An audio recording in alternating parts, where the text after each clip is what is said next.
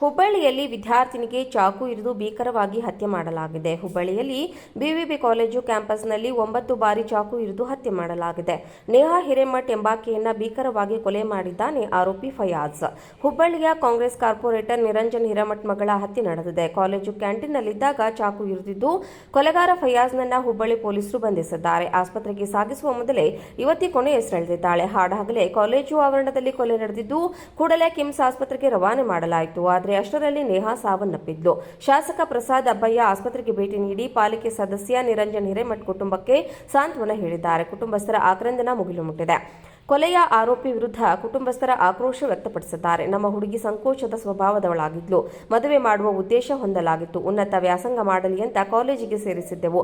ಅಷ್ಟರೊಳಗೆ ಈ ಕೃತ್ಯ ನಡೆದು ಹೋಗಿದೆ. ಕಾಲೇಜಿನೊಳಗೆ ರಕ್ಷಣೆ ಇಲ್ಲ ಅಂದ್ರೆ ಬೇರೆ ಕಡೆ ಹೇಗೆ ಎಂದು ಕಿಡಿಕಾರಿದ್ದಾರೆ. ಹುಬ್ಬಳ್ಳಿಯಲ್ಲಿ ವಿದ್ಯಾರ್ಥಿನಿ ನೇಹಾ ಹಿರೇಮಠ್ ಕೊಲೆ ಖಂಡಿಸಿ ಬಿವಿಪಿ ಕ್ಯಾಂಪಸ್ನಲ್ಲಿ ಎಬಿವಿಪಿ ಪ್ರತಿಭಟನೆ ಮಾಡಿದೆ. ಎಬಿವಿಪಿ ಕಾರ್ಯಕರ್ತರಿಂದ ಪ್ರತಿಭಟನೆ ಮಾಡಿ ರಾಜ್ಯ ಸರ್ಕಾರದ ವಿರುದ್ಧ ಘೋಷಣೆ ಕೂಗಿ ಪ್ರತಿಭಟನೆ ಮಾಡ್ತಾ ಇದ್ದಾರೆ. ನೂರಾರು ಎಬಿವಿಪಿ ಕಾರ್ಯಕರ್ತರು ಪ್ರತಿಭಟನೆಯಲ್ಲಿ ಭಾಗಿಯಾಗಿದ್ದಾರೆ. ಹುಬ್ಬಳ್ಳಿಯಲ್ಲಿ ವಿದ್ಯಾರ್ಥಿನಿಗೆ ಚಾಕು ಇರಿದು ಭೀಕರವಾಗಿ ಹತ್ಯೆ ಮಾಡಲಾಗಿದೆ. ಹುಬ್ಬಳ್ಳಿಯಲ್ಲಿ ಬಿವಿಬಿ ಕಾಲೇಜು ಕ್ಯಾಂಪಸ್ನಲ್ಲಿ 9 ಬಾರಿ ಚಾಕು ಇರಿದು ಹತ್ಯೆ ಮಾಡಲಾಗಿದೆ.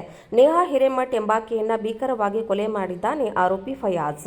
ಹುಬ್ಬಳ್ಳಿಯ ಕಾಂಗ್ರೆಸ್ ಕಾರ್ಪೊರೇಟರ್ ನಿರಂಜನ್ ಹಿರೇಮಠ್ ಮಗಳ ಹತ್ಯೆ ನಡೆದಿದೆ. ಕಾಲೇಜು ಕ್ಯಾಂಟೀನ್ನಲ್ಲಿದ್ದಾಗ ಚಾಕು ಇರಿದಿದ್ದು ಕೊಲೆಗಾರ ಫಯಾಜ್ನನ್ನ ಹುಬ್ಬಳ್ಳಿ ಪೊಲೀಸರು ಬಂಧಿಸಿದ್ದಾರೆ. ಆಸ್ಪತ್ರೆಗೆ ಸಾಗಿಸುವ ಮೊದಲೇ ಯುವತಿ ಕೊನೆಯುಸಿರೆಳೆದಿದ್ದಾಳೆ. ಹಾಡಹಗಲೇ ಕಾಲೇಜು ಆವರಣದಲ್ಲಿ ಕೊಲೆ ನಡೆದಿದ್ದು ಕೂಡಲೇ ಕಿಮ್ಸ್ ಆಸ್ಪತ್ರೆಗೆ ರವಾನೆ ಮಾಡಲಾಯಿತು. ಅಷ್ಟರಲ್ಲಿ ನೇಹಾ ಸಾವನ್ನಪ್ಪಿದ್ಲು.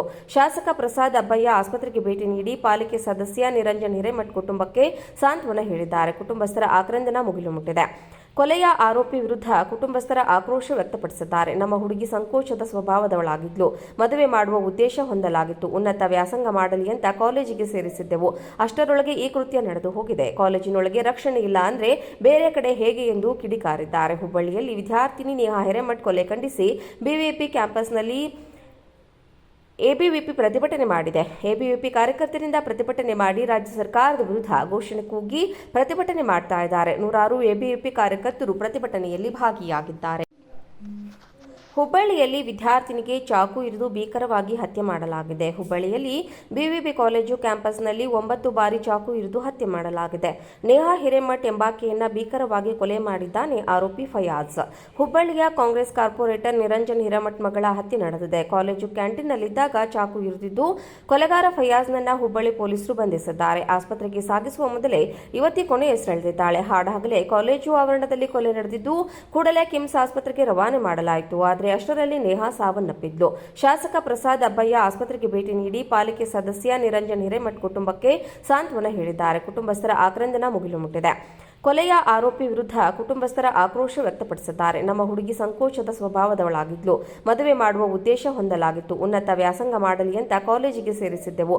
ಅಷ್ಟರೊಳಗೆ ಈ ಕೃತ್ಯ ನಡೆದು ಹೋಗಿದೆ. ಕಾಲೇಜಿನೊಳಗೆ ರಕ್ಷಣೆ ಇಲ್ಲ ಅಂದ್ರೆ ಬೇರೆ ಕಡೆ ಹೇಗೆ ಎಂದು ಕಿಡಿಕಾರಿದ್ದಾರೆ. ಹುಬ್ಬಳ್ಳಿಯಲ್ಲಿ ವಿದ್ಯಾರ್ಥಿನಿ ನೇಹಾ ಹಿರೇಮಠ್ ಕೊಲೆ ಖಂಡಿಸಿ ಬಿವಿಪಿ ಕ್ಯಾಂಪಸ್ನಲ್ಲಿ ಎಬಿವಿಪಿ ಪ್ರತಿಭಟನೆ ಮಾಡಿದೆ. ಎಬಿವಿಪಿ ಕಾರ್ಯಕರ್ತರಿಂದ ಪ್ರತಿಭಟನೆ ಮಾಡಿ ರಾಜ್ಯ ಸರ್ಕಾರದ ವಿರುದ್ಧ ಘೋಷಣೆ ಕೂಗಿ ಪ್ರತಿಭಟನೆ ಮಾಡ್ತಾ ಇದ್ದಾರೆ. ನೂರಾರು ಎಬಿವಿಪಿ ಕಾರ್ಯಕರ್ತರು ಪ್ರತಿಭಟನೆಯಲ್ಲಿ ಭಾಗಿಯಾಗಿದ್ದಾರೆ.